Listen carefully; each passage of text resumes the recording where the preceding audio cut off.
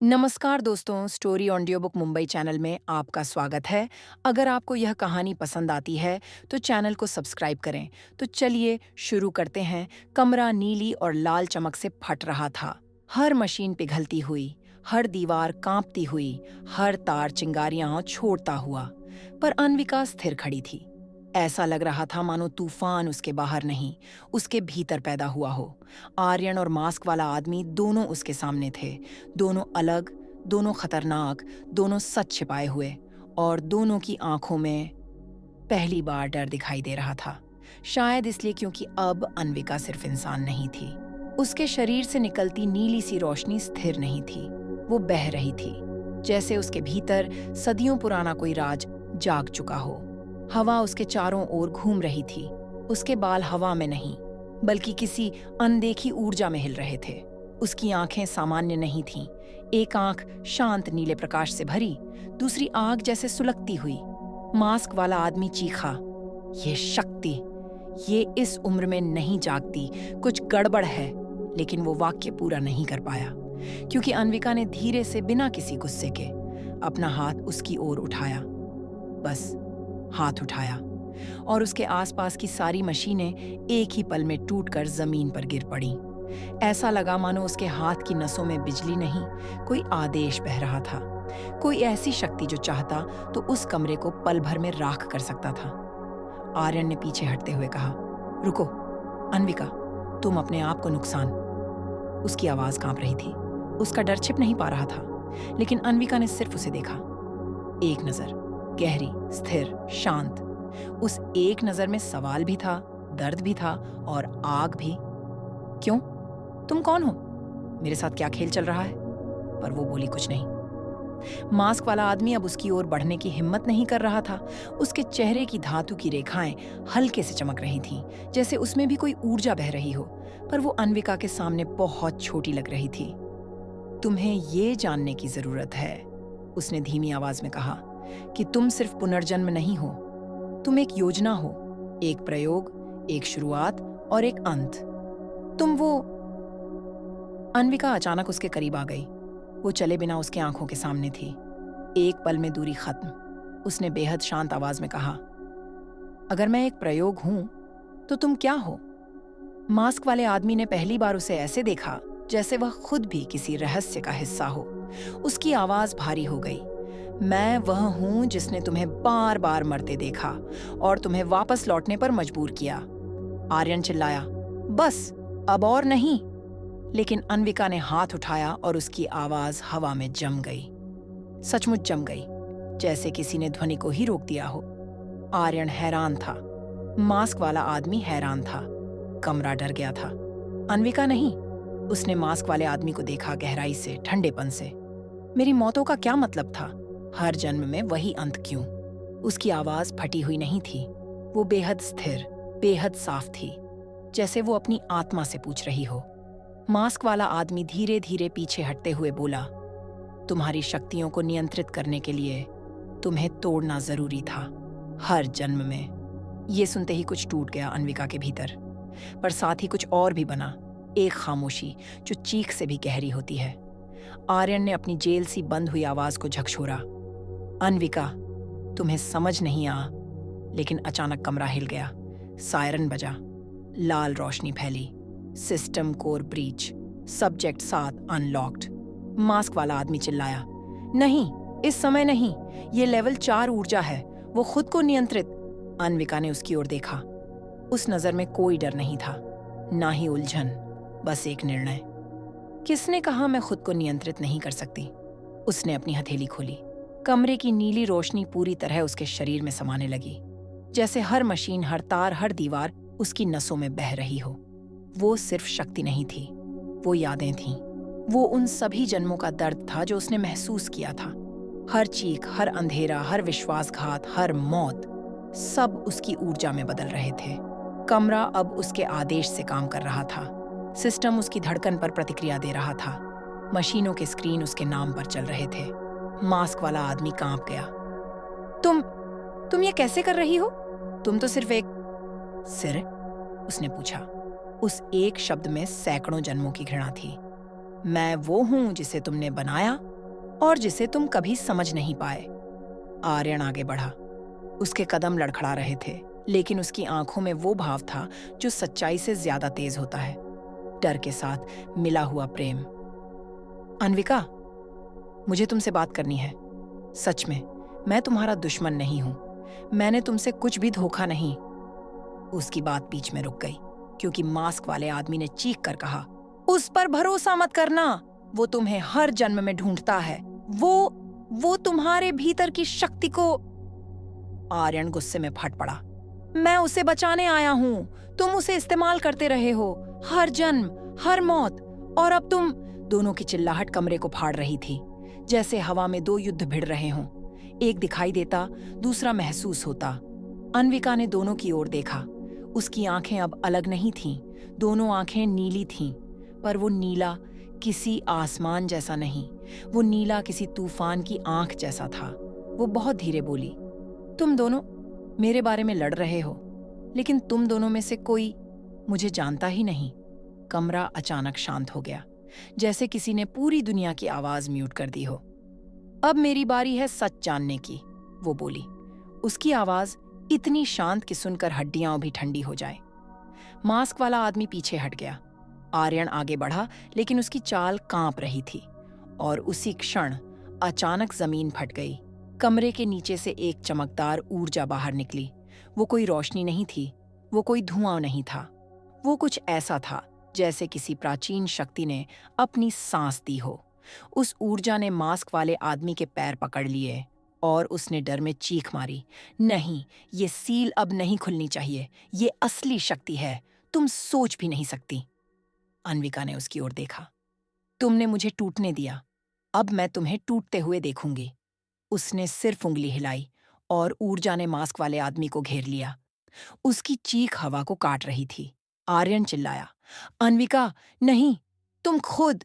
लेकिन वो उसकी बात सुन नहीं रही थी। उसकी शक्ति जन्मों के पार जाग चुकी थी। ये बदला नहीं था, ये न्याय था, उसके हर जन्म का। जैसे ही शक्ति मास्क वाले आदमी को उठाकर दीवार से दे मारी, उसकी धातुसी त्वचा टूटने लगी। उसका असली रूप उभरने लगा, एक आधी मानव आधी यांत्रिक रचना, जो उसकी मौतों का कारण था, जिसने उसकी नियति लिखी थी। वो पहली बार डर गया। वो बोला, तुम मुझे नहीं हरा सकती, मैं तुम्हारा रचयिता हूं। अब मैं अपने खुद की रचयिता हूं। और उसी क्षण पूरा कमरा नीली ज्वाला से जल उठा। सिस्टम पिघल गया, मशीनें खत्म हो गईं, हवा कांप गई। अन्विका खड़ी थी, एक ऐसी शक्ति की तरह जिससे न भय पैदा हो न विनाश, बल्कि एक नई शुरुआत। और उसके सामने आर्यन धीरे धीरे कदम बढ़ा रहा था। उसकी आंखों में वो डर नहीं था जो दूसरों की आंखों में था। उसकी आंखों में कुछ और था, कुछ ऐसा जिससे अन्विका खुद डगमगा गई। वो भावना जिसका उसने जन्मों से अनुभव नहीं किया था। विश्वास की झलक, किसी छुपे हुए सच्चाई की गंध। वो उसके सामने आकर रुक गया और फुसफुसाया, अब क्या तुम सच जानने के लिए तैयार हो? सच किसका इंतजार कर रहा है? आर्यन का, उस मास्क वाले आदमी का, या खुद अन्विका के भीतर छिपे हुए किसी ऐसे राज का जो उसकी शक्तियों से भी पुराना है? कमरे में अब पूरा अंधेरा और नीली लाल चमक का मिश्रण फैल गया था। अन्विका खड़ी थी, उसकी आंखें ठंडी और स्थिर। उसकी ऊर्जा कमरे की मशीनों और दीवारों तक फैल रही थी। आर्यन थोड़ा पीछे हट गया, पर उसकी आंखों में अब भी एक अजीब विश्वास और डर का मिश्रण था। मास्क वाला आदमी ठहरा हुआ था, उसकी सांसें तेज और भारी, जैसे हर पल उसकी मौत की घंटी बज रही हो। अन्विका ने धीमी आवाज में कहा, अब समय है सच जानने का, सच जो हर जन्म छुपा रहा था। मास्क वाला आदमी हंसा, पर हंसी में घबराहट थी। तुम सच नहीं जान सकती, तुम सिर्फ मेरी रचना हो, मेरी योजना। उसकी आंखों में नफरत और डर दोनों थे। मैंने तुम्हें हर बार मरने के लिए तैयार किया और हर बार तुम्हारे भीतर की शक्ति को देखा, लेकिन तुम इतनी जल्दी नहीं जाग सकती थी। अन्विका ने कदम बढ़ाया। शक्ति जो तुमने मुझे दी या जो मैंने खुद पैदा की? क्या तुम सच में सोचते हो कि मैं अब वही कमजोर लड़की हूं जो बार बार मरती रही? उसके शब्दों में गहराई थी और उसके भीतर की आग हर अक्षर में झलक रही थी। आर्यन ने धीरे से कहा, अन्विका, मैं हमेशा तुम्हारे साथ था, हर बार, तुम्हारे भीतर की आग को मैंने देखा है और मैं जानता हूं कि अब तुम्हें किसी से डर नहीं है। लेकिन ये लड़ाई सिर्फ तुम्हारा नहीं है, ये सबका है। अनमिका ने उसकी तरफ देखा। उसकी आंखों में सवाल था, दर्द भी था। आर्यन, तुम हर बार मेरे पास थे, फिर भी तुमने मुझे कभी सच में नहीं बताया कि ये सब क्यों हो रहा है। क्या तुम भी कोई हिस्सा हो इस जाल का? आर्यन ने झुकी हुई आवाज में कहा, मुझे मजबूर किया गया था। मैं भी इस सिस्टम का हिस्सा था, लेकिन अब मैं तुम्हारे साथ हूं। मैं तुम्हें धोखा नहीं दूंगा। मास्क वाला आदमी चीखा, झूठ! तुम उन्हें धोखा देने वाले हो। यही तुम्हारी नियति है। उसने कमरे में हर मशीन को सक्रिय किया। कभी बिजली की तड़प, कभी धुएं की लहरें और कभी अजीब से ध्वनियां। सभी अनविका को चुनौती दे रही थीं। अनविका ने अपनी पूरी शक्ति महसूस की। उसने अपने हाथ ऊपर उठाए और नीली ज्वाला कमरे में फैल गई। हर मशीन ठप हो गई। हर तार और बिजली का झटका कमरे में रुक गया। वो अब सिर्फ एक इंसान नहीं थी, वो उस ऊर्जा का प्रतीक बन चुकी थी जो उसकी मृत्यु और पुनर्जन्म में जमा हुई थी। मास्क वाला आदमी अपने हाथ फैलाए। ये असंभव है। तुम्हारे भीतर ये शक्ति कैसे? लेकिन अनविका ने बस उसे देखा। उसकी आंखों में आग थी और एक शांत आत्मविश्वास।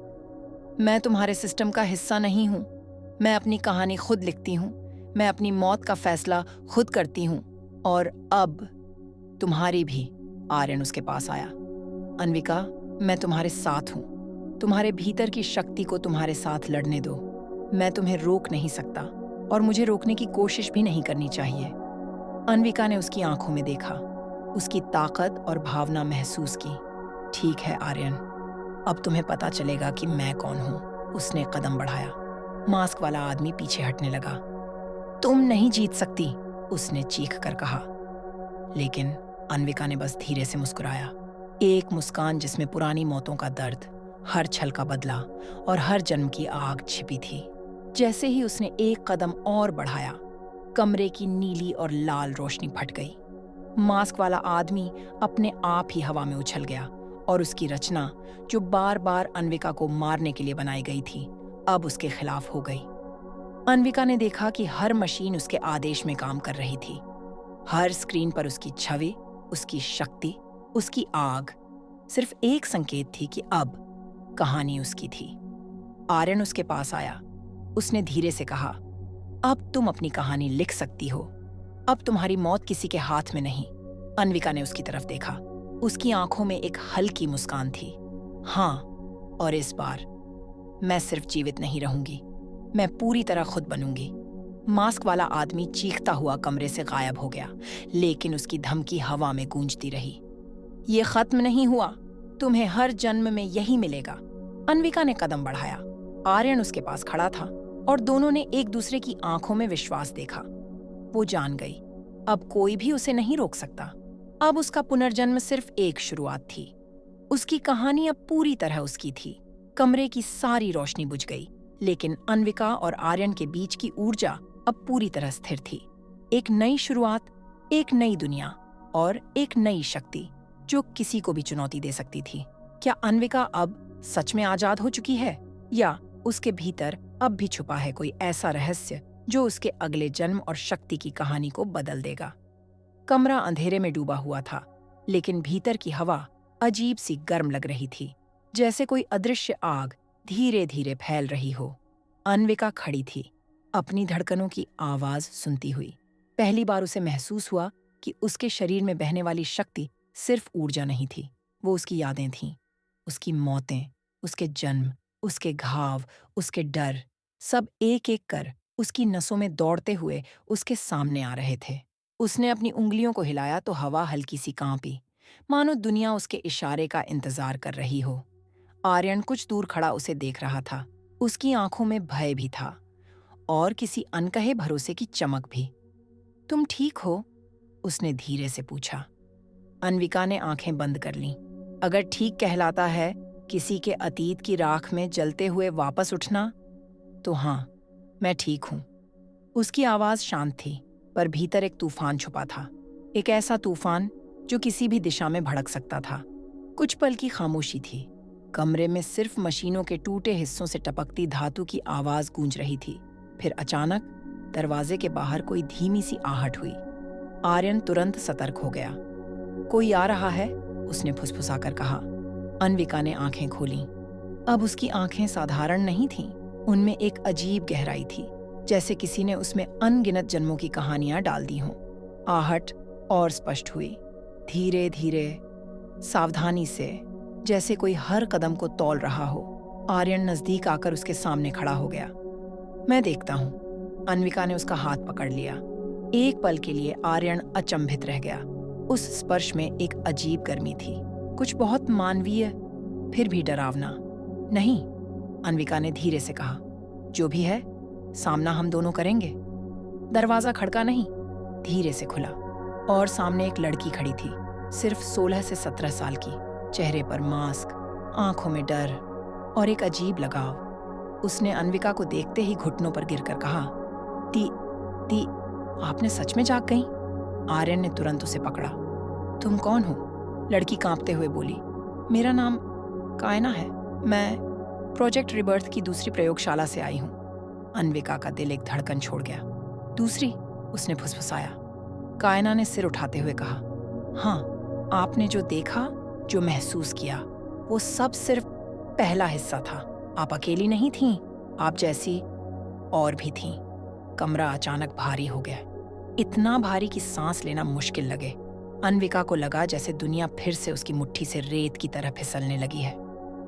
और लोग, उसकी आवाज कांप गई। कायना ने सिर झुका लिया। कुछ जिंदा है, कुछ नहीं, और कुछ, उसकी सांस अटक गई। कुछ आपको ढूंढ रहे हैं, क्योंकि आपके जागने से सिस्टम में हलचल मच गई है। आर्यन के चेहरे का रंग उड़ गया। मतलब पूरी दुनिया को पता है कि अन्विका, हाँ, कायना बोली, आप अब लक्ष्य हैं, और सबसे बड़ा रहस्य भी। अन्विका ने अपनी मुट्ठियां भींच लीं। उसके अंदर की आग फिर से सुलगने लगी। मेरी मौतें, मेरा पुनर्जन्म, मेरी शक्तियां, ये सब किसी खेल का हिस्सा थे? कायना ने डरते हुए सिर हिलाया। हाँ दीदी, लेकिन आपको पता नहीं, इससे बड़ी बात भी है। अन्विका आगे झुकी। क्या? कायना की आंखों में आंसू भर आए। दूसरी प्रयोगशाला में आपकी पहली मौत का असली वीडियो है। वो वीडियो जो सच बताता है कि आपको किसने मारा और क्यों। एक पल के लिए दुनिया थम गई। आर्यन ने अन्विका की तरफ देखा। उसके चेहरे पर सदमे, आग और डर का ऐसा मिश्रण था जैसा उसने पहले कभी नहीं देखा था। और वो वीडियो, कायना की आवाज टूट गई। इससे पहले कि वो नष्ट हो, आपको देखना होगा। सन्नाटा, गहरा, दम घोंटने वाला सन्नाटा। अन्विका ने धीरे से कहा, मैं तैयार हूं। कायना ने कहा, दूसरी प्रयोगशाला सिर्फ 24 घंटे तक छुपी रह सकती है, उसके बाद वो खुद ब खुद उड़ जाएगी। आर्यन ने तुरंत पूछा, मतलब हमें अभी निकलना होगा? कायना ने सिर हिलाया। अन्विका ने एक लंबी सांस ली। उसके दिल में एक अनजाना डर बैठ गया था। वो वीडियो जो उसके सारे जन्मों का सच बता सकता था, उसका सबसे गहरा राज खोल सकता था। क्या वह सच उसके लिए बहुत भारी होगा? क्या वो सुन पाएगी कि असल में उसकी मौत किसने करवाई थी और क्यों? लेकिन उसके चेहरे पर सिर्फ एक शांत दृढ़ता उभरी।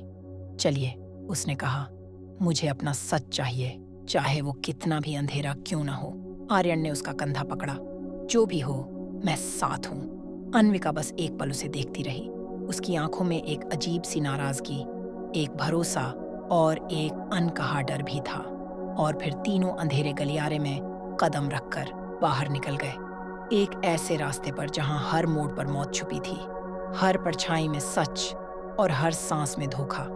अगर दूसरी प्रयोगशाला में उसकी पहली मौत का सच छुपा है, तो क्या अन्विका सच देखने के बाद खुद को वहीं रहने दे पाएगी, या सच उसे किसी और ही रूप में बदल देगा?